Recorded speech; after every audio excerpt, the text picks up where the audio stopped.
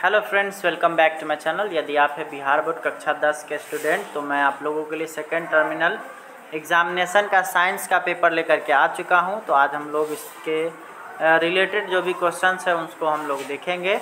उससे पहले मैं आप लोग को क्लियर कर देना चाहता हूँ कि इसमें नंबर ऑफ ऑब्जेक्टिव क्वेश्चन 48 रहने वाले हैं, जिसमें से आपको 40 का आंसर करना है।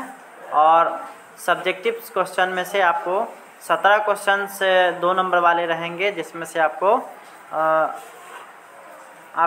17 क्वेश्चंस में से आपको आंसर करने रहेंगे 12 के। तो और बाकी जो बच गए लॉन्ग आंसर टाइप, वो लॉन्ग आंसर टाइप टोटल आपको आंसर करना।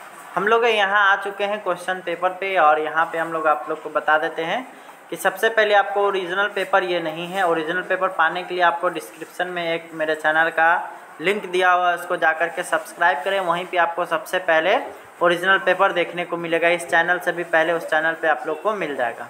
तो यहाँ पे अब हम लोग स्टार्ट करेंगे वीडियो। और सबसे पहला क्वेश्चन है यहाँ पे, निम्नलिखित में से कौन सा लेंस पदार्थ बनाने के लिए उपयुक्त नहीं किया जा सकता है? तो मिट्टी का। अगला हम लोग देखेंगे, किसी बिंब का अवतल दर्पण द्वारा बना प्रतिबिंब आभासी, सीधा तथा बिंब से बड़ा पाया गया वस्तु की स्थिति कहाँ होगी? तो ये हो जाएगा आपका ऑप्शन नंबर सी, दर्पण के ध्रुव तथा प्रमुख के फोकस के बीच।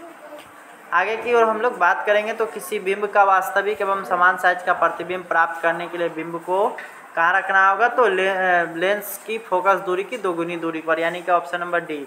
अगला सवाल हम लोग देखेंगे, तो किसी गोलीय दर्पण तथा किसी पतले गोलीय लेंस दोनों की फोकस दूरियाँ -15 सेंटीमीटर है। दर्पण तथा लेंस संभवतः क्या होंगे? तो दोनों अवतल होंगे। अगला सवाल हम लोग देखेंगे, तो किसी दर्पण से आप चाहे कितनी भी दूरी पर खड़े हो जाएं, आपका प्रतिबिंब सदैव सीधा प्रतीत होता है। दर्पण संभवतः क्या होंगे? या तो समतल अथवा अवतल।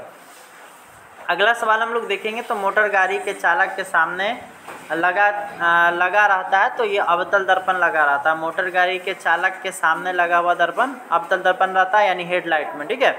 अगला है +2 डायोप्टर क्षमता वाले अवतल लेंस की फोकस दूरी होगी, तो ये हो जाएगा आपका ऑप्शन नंबर ए, यानी 50 सेंटीमीटर। अगला है, किसी लेंस द्वारा केवल काल्पनिक प्रतिबिंब बनता है, तो उत्तल लेंस द्वारा। किसी लेंस द्वारा केवल काल्पनिक प्रतिबिंब बनता है, तो ये होगा आपका ऑप्शन नंबर ए, यानी अवतल लेंस द्वारा। अगला सवाल हम लोग देखेंगे, तो अगला हम लोग देखेंगे, तो अवतल लेंस का आवर्धन बराबर होता है, तो ये होगा आपका U/V, यानी कि ऑप्शन नंबर ए। अगला हम लोग देखेंगे, तो अगला सवाल आता है, समतल दर्पण द्वारा बना प्रतिबिंब होता है, तो हमेशा काल्पनिक। अगला हम लोग देखेंगे, तो प्रकाश के अपवर्तन के कितने नियम होते हैं? तो प्रकाश के अपवर्तन के 2 नियम होते हैं, यानी ऑप्शन नंबर सी। नेक्स्ट अगला हम लोग देखेंगे, तो यहाँ पे सरल सूक्ष्मदर्शी में किसका उपयोग होता है? तो ये हो जाएगा आपका ऑप्शन नंबर सी, यानी उत्तल लेंस का। अगला है, किसी माध्यम के अपवर्तनांक का मान क्या होगा? तो ये हो जाएगा आपका ऑप्शन नंबर बी, यानी sin I/sin R। अगला हम लोग देखेंगे, तो उत्तल दर्पण द्वारा बना प्रतिबिंब होता है, तो काल्पनिक और उल्टा, यानी कि ऑप्शन नंबर ए। अगला है, अवतल दर्पण में आवर्धित काल्पनिक प्रतिबिंब बनाने के लिए वस्तु को कहाँ रखा जाना चाहिए? तो ये हो जाएगा आपका ऑप्शन नंबर बी, यानी फोकस के अंदर। अगला हम लोग देखेंगे, तो 1 मीटर फोकस दूरी वाले उत्तल लेंस की क्षमता क्या हो जाएगी? तो ये हो जाएगा आपका ऑप्शन नंबर डी, यानी कि 1 डायोप्टर। अगला है, नीचे दी गई अभिक्रिया के संबंध को कौन सा कथन असत्य है? तो इसका हो जाएगा आपका option number D, lead oxide अपचयित हो रहा है। अगला, निम्नलिखित अभिक्रिया किस प्रकार की है? तो ये आपको जो दिया गया है वो विस्थापन अभिक्रिया है। अगला सवाल हम लोग देखेंगे, तो लौह चूर्ण पर तनु हाइड्रोक्लोरिक अम्ल डालने पर क्या होगा? तो हाइड्रोजन गैस एवं आयरन क्लोराइड बनेगा। अगला हम लोग देखेंगे, तो कोई विलयन लाल लिटमस पत्र को नीला कर देता है, पीएच मान समानता होगा, तो ये हो जाएगा आपका ऑप्शन नंबर डी, यानी कि 10। अगला है, उदासीन विलयन का पीएच मान क्या होता है? तो ये होता है 7, यानी कि ऑप्शन नंबर ए। नेक्स्ट है, क्षारकीय विलयन का पीएच मान क्या होता है? तो ये होता है आपका ऑप्शन नंबर सी, यानी 7 से अधिक। अगला है, निम्नलिखित में से कौन समीकरण संतुलित है? तो ये हो जाएगा आपका ऑप्शन नंबर सी। अगला है, निम्नलिखित में से कौन समीकरण असंतुलित है? तो ये हो जाएगा आपका ऑप्शन नंबर बी। अगला है, निम्नलिखित में से कौन लवण है? तो ये हो जाएगा आपका ऑप्शन नंबर बी, यानी NaCl।